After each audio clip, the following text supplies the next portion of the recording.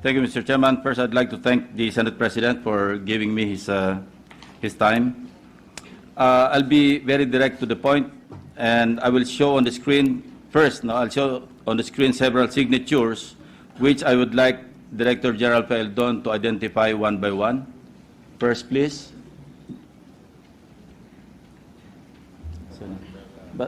Wala ba dun sa kabila? Is this your signature? Appears to be, Your Honor. Okay. Second, please. Is that your signature? Appears to be, Your Honor. Third, is that your signature? Appears to be, Your Honor. Fourth, is that your signature? Appears to be, Your Honor. Fifth, is this your signature? Appears to be, Your Honor.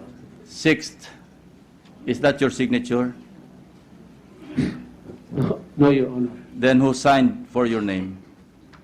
Because under the signature is your name, Yusek Nicanor Faeldon. Who signed for you in this case? There are duty generals in the Bureau. No, who signed for you if you know? There are 3 duty generals rotating to Who are they? Chief Technical Superintendent Marife Marquez. Now, may I ask Chief Superintendent Marquez, is that your signature, ma'am? Yes, Your Honor. Okay. Yes. Next. How about this? Is that also your signature? Yes, Your Honor.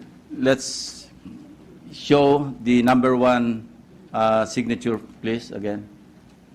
And then the content. This is a release order of Antonio Sanchez, which you signed. And earlier, you mentioned that you never signed a release order for Antonio Sanchez. What can you say about this? A signature I sign, Your Honor, is a memorandum for release. Release order, sir, is only the superintendent can issue the release order. I will read to you, no? Subject, release of person deprived of liberty. Sanchez Antonio E. Leiza, N95P-0481, for having served 40 years upon retroactive application of RA number 10592, pursuant to the provisions of Article 70 of the revised Penal Code. Date, August 20, 2019. I sign a memorandum of This release. is a memorandum. This is not a release order, sir. Yes, sir. I sign a memorandum of release starting the process of the release of any PDL, Your Honor. So you're maintaining that this is not a release order. Yes, sir. And that... But the subject is release of person deprived of liberty or PDL. So this is not a release order.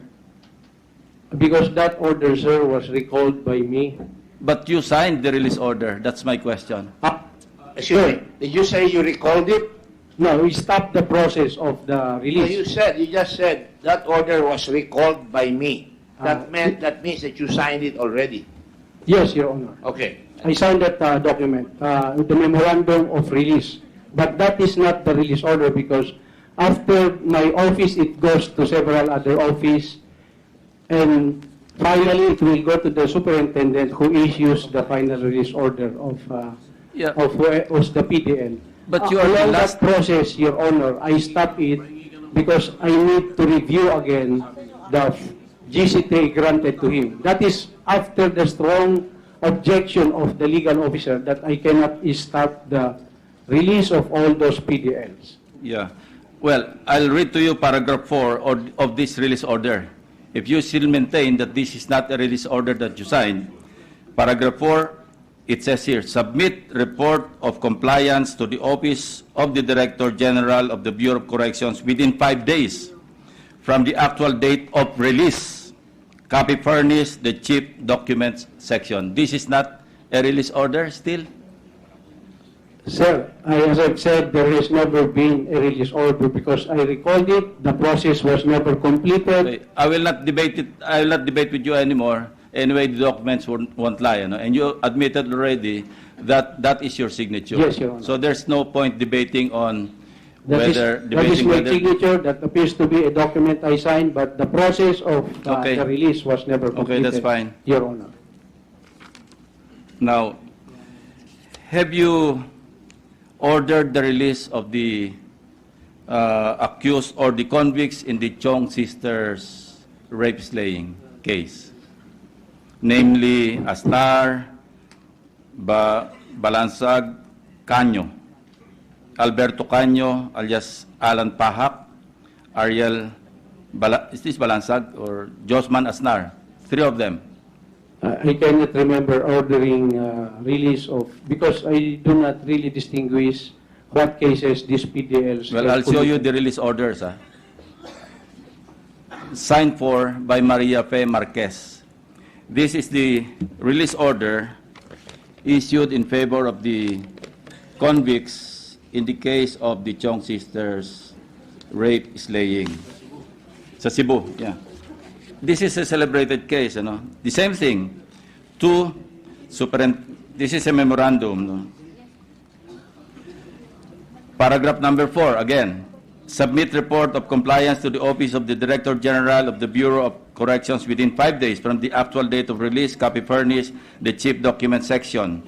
Date, August 16, 2019. Question, have they been released? Yes, Your Honor. Oh, di pareho rin. Yung unang release order kay Sanchez na preempt lang because of the public uproar.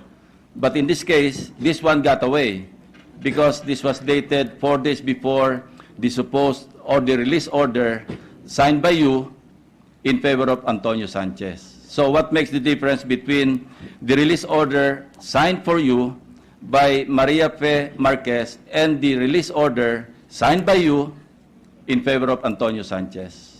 The other one, of course, Antonio Sanchez, as we all know by now, has not been released because of the outcry. But in the case of the Chong sisters, and they're crying for justice, no? We saw them on TV.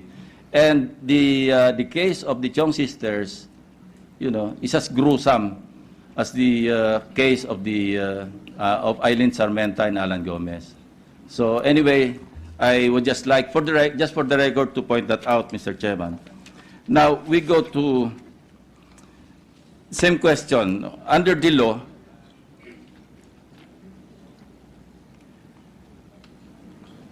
you are the only one authorized, no, under the law. I think this is Article 98, Article 99, as amended by Section 5 of GCTA of 10592, no, who grants time allowances. Ito yung Section 5 na amending Article 99. Because sa Article 99, kayo lang po yung authorized, no? Pero in-expand ito, isinama yung Chief of the BJMP, no? Why? Because siguro sa batas, sinasama yung good conduct time allowance sa preventive imprisonment.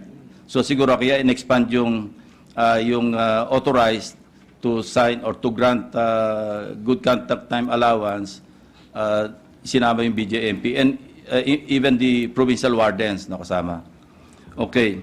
So under the law, you are the only one authorized to sign release orders or to grant allowances. Is that correct? Yes, Your Honor. And therefore, Maria Fe Marquez violated the law by signing the release orders of the offenders or the convicts in the Chong sisters rape slaying case. Did she violate the law?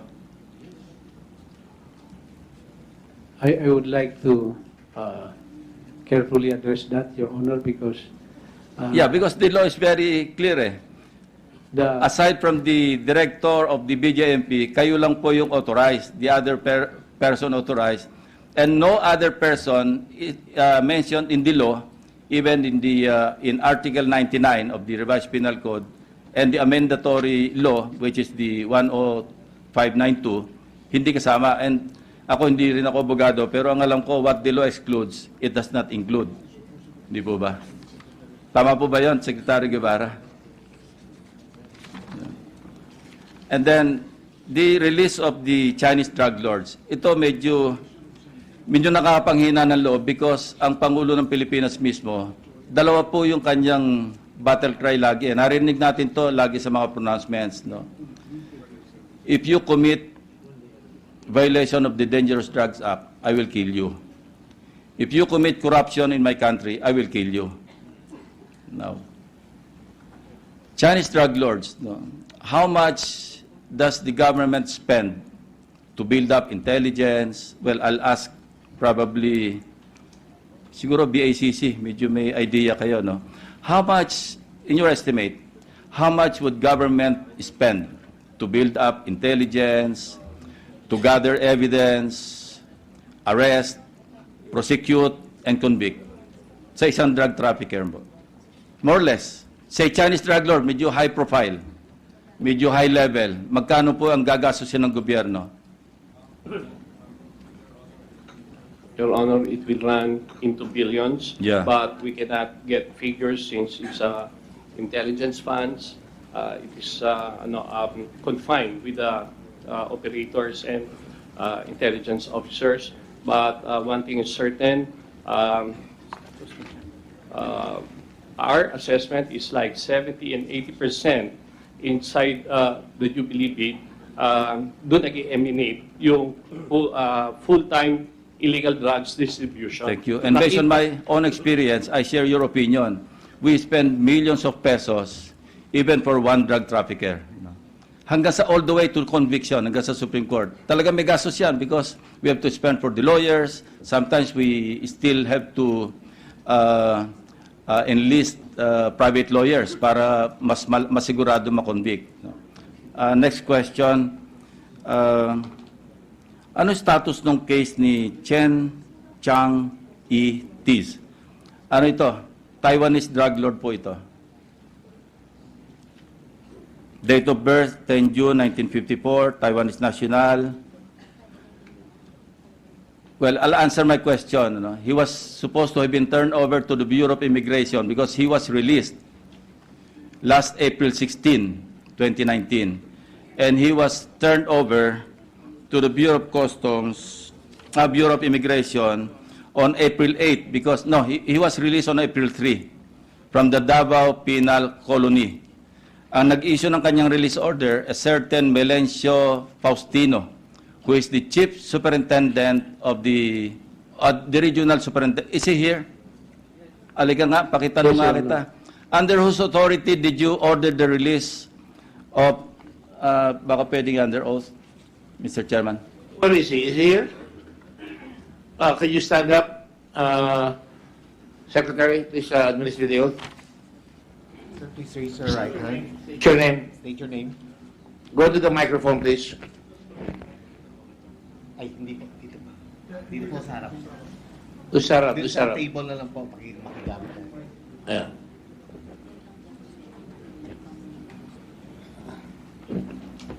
I'm Pangalan niyo po. Senior Superintendent Melencio S. Faustino of the Bureau of Corrections. Lakas lang. Senior Super. I'm Correction Senior Superintendent Melencio S. Faustino. Okay. All right. Okay, sir. Do you solemnly swear to tell the truth, the whole truth, and nothing but the truth in this investigation po? I do, sir.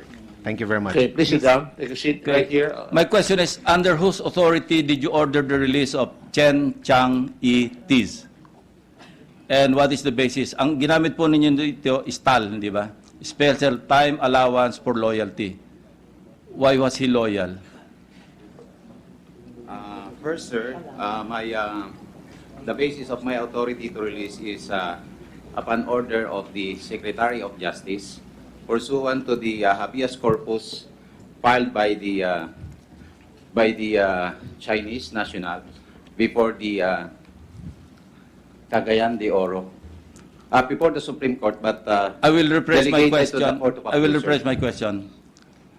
What is your basis under the law, or what is your authority under the law to order the release of a PDL? Sir, upon pursuant to the memorandum to release No, issued by law, under the law. under the Because the law is very explicit eh. Under Article 99 of the Revised Penal Code, as amended by Section 5 of 10592, hindi ka authorized mag-release. Ang authorized lang mag-release sa Bucor, yung Director General. Sir, my basis is administrative code because this is a day-to-day operations of the Bureau of Corrections pursuant to Title 4. Why? Can you not make recommendation to the Director General so he be the one to sign the release order to comply with the Section 5 of 10592? Why should you do it yourself? No, sir, that's precisely the point here. The memorandum to release is the beginning of the process of the cycle, which is my authority also to release to issue discharge of the inmate for its turnover to the Bureau of Immigration, Your Honor. But as shown on the screen, ikaw yung nag-issue ng release order, Corrections Order 336. Yes, sir. Dated April 3, 2019. Yes, and sir. in fact, Mr. Chen was turned over to BID at 6:15 p.m. on April 8, 2019 in compliance with your release order. No, sir. But no, sir, document nga yan eh. Yes, sir, that's precisely to drop him. May we hear from the Secretary of Justice? Kasi mahirap magdebate, hindi... Are you a lawyer? Yes, sir, but I can explain fully well, sir. That corrections order merely dropped him from the prison population pursuant to the order. No, nandun na ako. Kung authorized man yung release, ang kinu-question ko is your authority under the law to issue the release order. May we hear from the Secretary of Justice, sir? Otherwise, you're saying you can distinguish in the law. There's nothing to distinguish. Malinaw yung batas, ang makakapirma lang, yung Bureau of Correctional's Director General. What makes you think that you can sign it? Sir, pursuant to our Bucor manual, the order... No, I'm not talking about the Bucor manual. Senator Lacson is not talking about that. Malinaw, nasa law. You're a lawyer. Yes, sir, but... Ito pa, 0953. Ito ay ito ay Department Order number 953 na sinasabi rito, lahat ng authority of the Director General of the Bureau of Corrections is subject to review. Clearance by the Department of Justice Secretary. Yes, Your Honor, but the order is directly coming from the Secretary. Pursuant to the... Are you saying the Secretary of Justice ordered you? The Secretary of Justice in issued a on release order April pursuant wait to the habeas corpus. for a while. Ang Secretary of Justice noong April 2019 si Secretary Guevara. Sir, did you order Superintendent Postino to release Chen Chang Itis? No, Yun ang sabi niya, sir. I do not have any such document. Yun nga eh. The Secretary of Justice is here, no?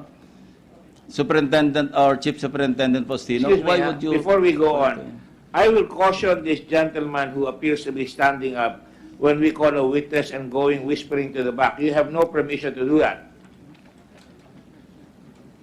You understand? Attorney Santos? Yes, sir. You are the advisor of the Bureau of Correctional's Director General, right? What made you go to that guy there, Mr. Faustino, and whisper to his ear when he was being asked a direct question by the senator? You are not allowed to do that. Sir, I'm sorry. Next time, we will put you in contempt. Yes, sir. I understand, sir. Go ahead. Go ahead, please. Your Honor, I have here the copy of the endorsement coming from the Secretary of Justice, sir, which is the basis of the release of the Chinese drug lord, Chen Tischang. Can you read it and then send it to us where we can produce it? Return to Undersecretary Nicanor E. Faeldon, Your Honor.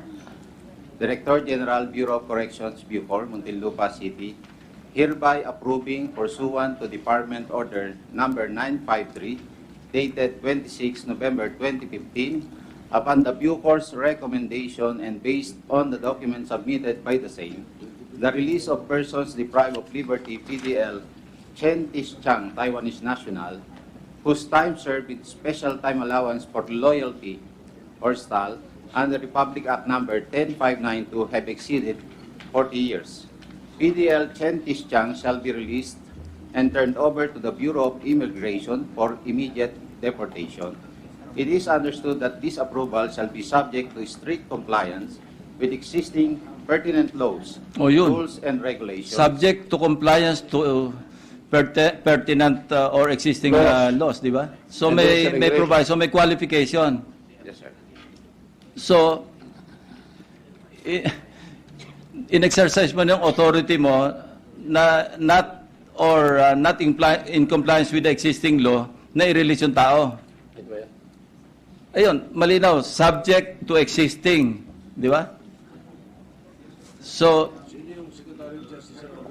sino nakapirmang Secretary of Justice? The Regional Superintendent of Davao Prison and Penal Farm. No, no. Sino yung Secretary of Justice na nakapirma dyan? 2015 No. No, 2019 ito eh. April. Yes, sir. 2019 April po.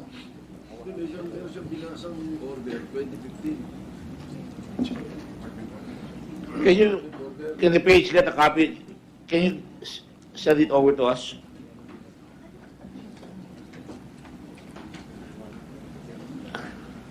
After we have it copied, so every senator will have it. Pakita mo muna kay Senator Lacson.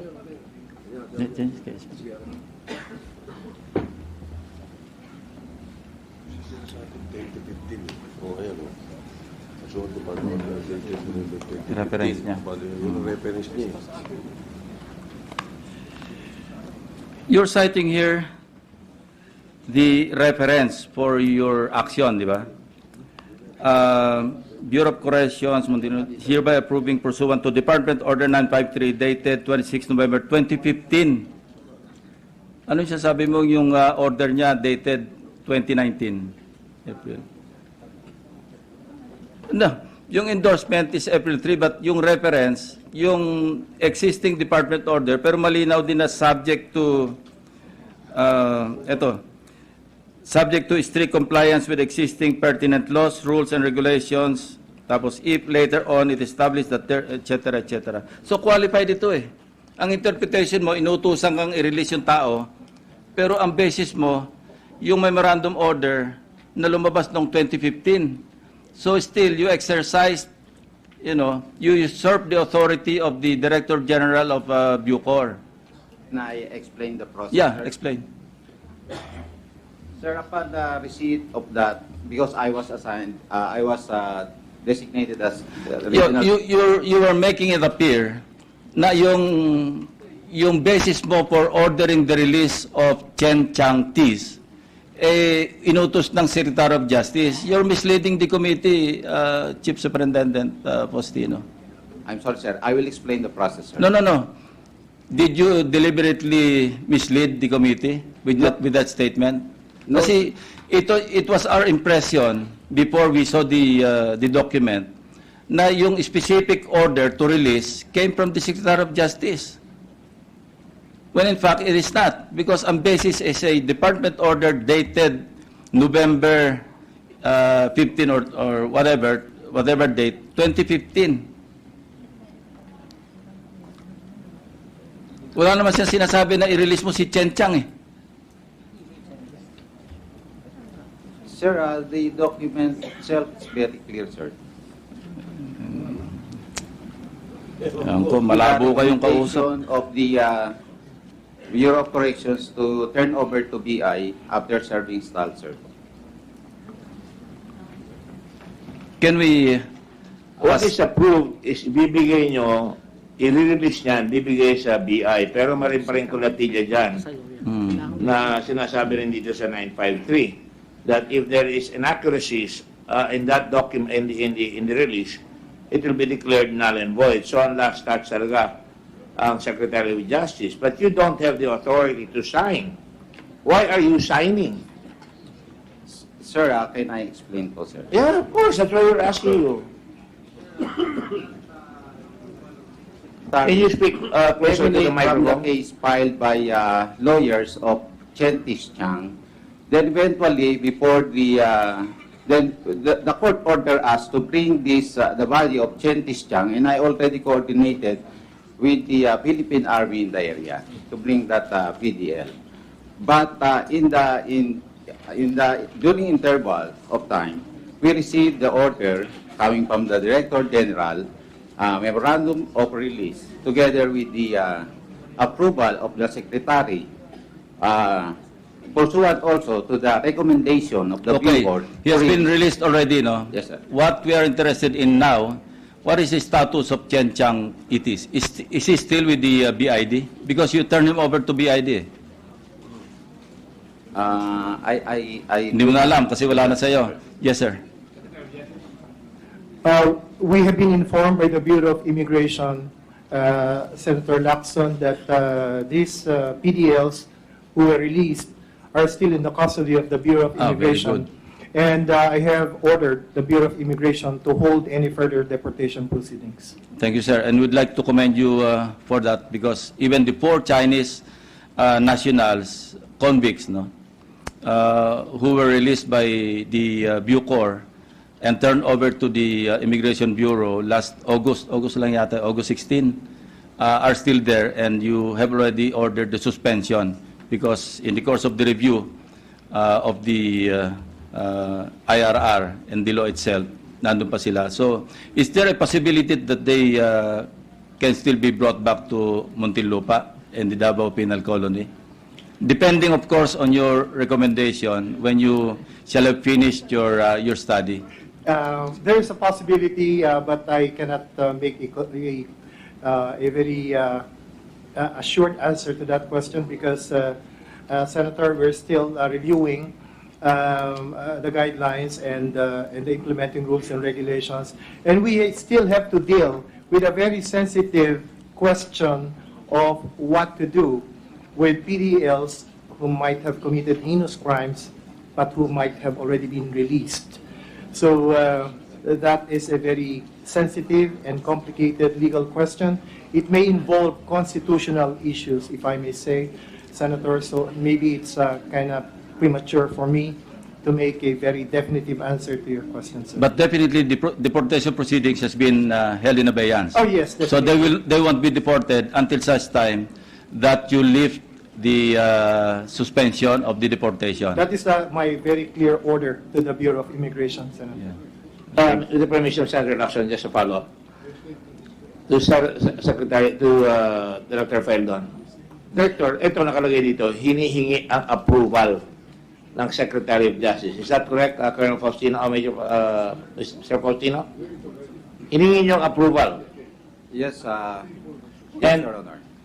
Nakalagay dito, referred to Undersecretary ni Colonel Faeldon at ina-approve dito ni Secretary Menardo Guevara yung recommendation niya na i-release ito at dalhin sa Bureau of Immigration, di ba? Is that correct? May I take a look at the document, course. Mr. Chairman? But my point is, point rin ito ni Senator Dillon, nanghihingi kayo ng approval. Ilang ganyan ang hininging approval sa iyo, Mr. Secretary? I really Yan don't lang ba? remember any other major request for approval. And as I mentioned earlier, it's only in connection with STAL, or Special Time Allowance for Loyalty, that I have encountered requests for approval to release. And in fact, this one, the subject matter of our discussion right now, pertains to Special Time Allowance for Loyalty, not for good conduct. Iba yan. This is Iba yan. different. STAL is But that covered. is covered by 953. Yes, but not under the, Expiring style, not under good not conduct under time good allowance. conduct. This is covered by different provision. So, ganun pa rin ang resulta. Gumagalaw sila, dadaan sa iyo, dapat buti nahagip natin, di ba? Yung iba ba, Mr. Pardon, humihingi ka ng approval sa Secretary? Sa STAL, sir, I think that is being requested to the Secretary of Justice. Your So you have sent letters of for approval. STALs, for special time allowance for loyalty, sir. You have sent that for approval to the Secretary of Justice.